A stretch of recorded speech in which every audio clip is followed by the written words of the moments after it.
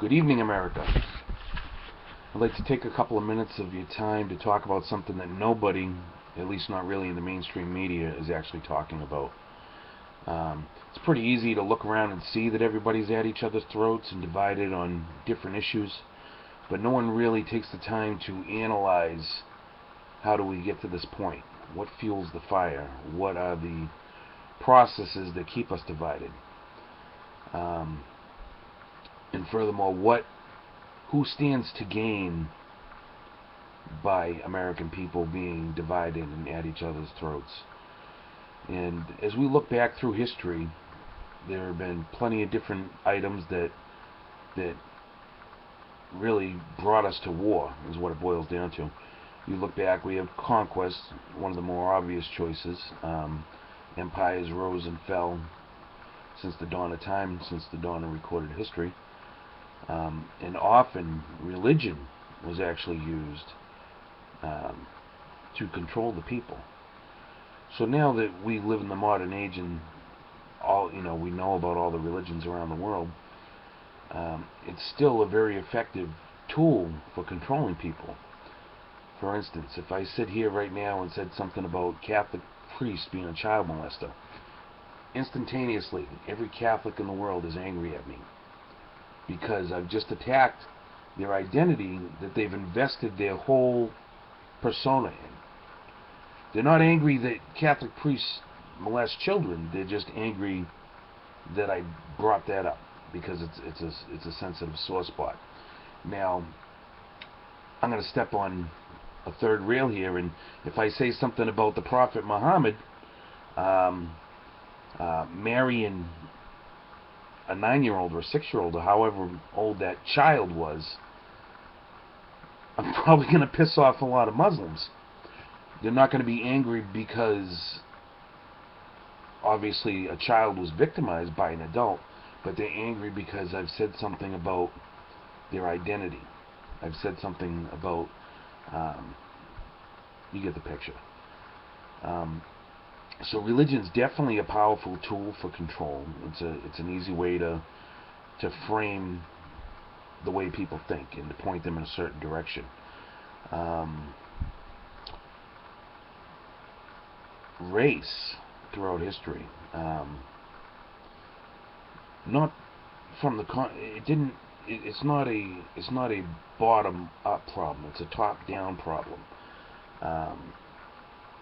At one point in time, slave owners, when they couldn't control all the slaves, they took slaves A and said, hey, these guys are a little better because your color is such, and we're gonna give you a position, and we're gonna put you in charge of these guys.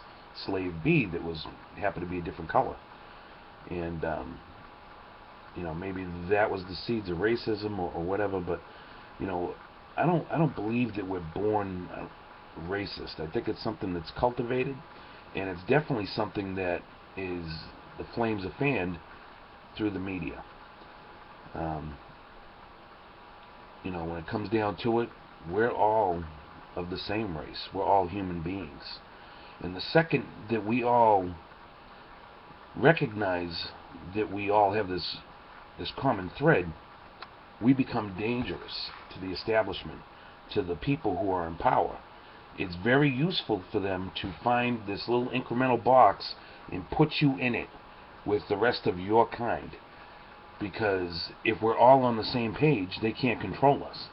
You think for one instance if 350 million Americans right now were demanding a constitutional form of government, demanding to be free, demanding free speech, free press, freedom of religion, freedom to be secure in your own person, a right to bear arms, do you think for one instance that the government could do the things that they're doing to you right now, and to me, and around the world in your name?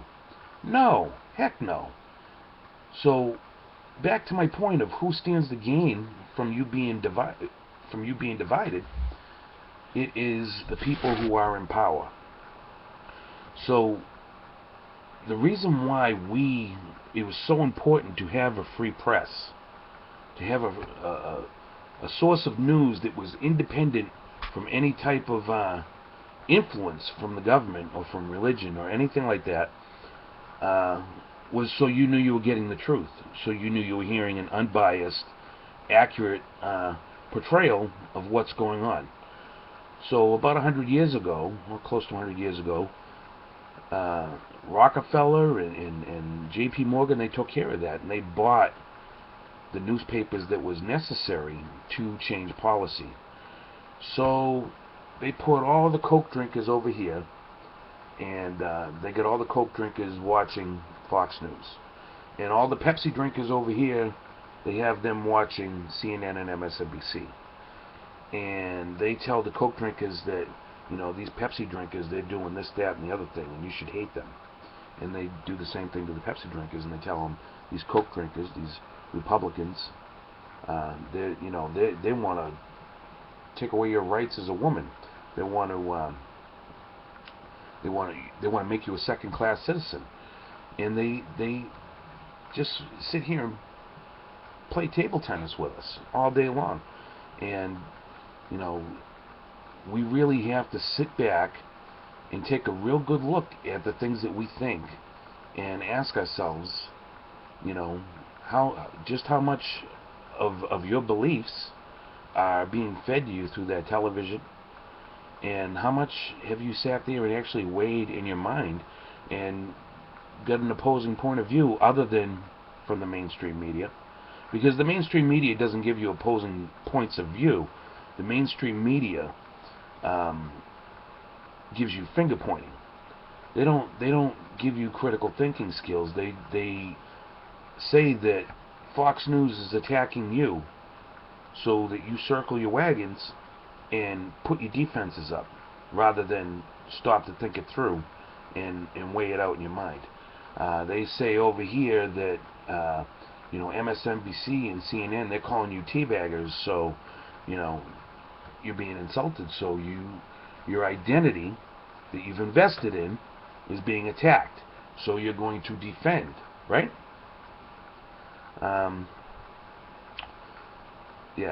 Things that keep us divided, ideology and political beliefs. I'm willing to bet that Democrats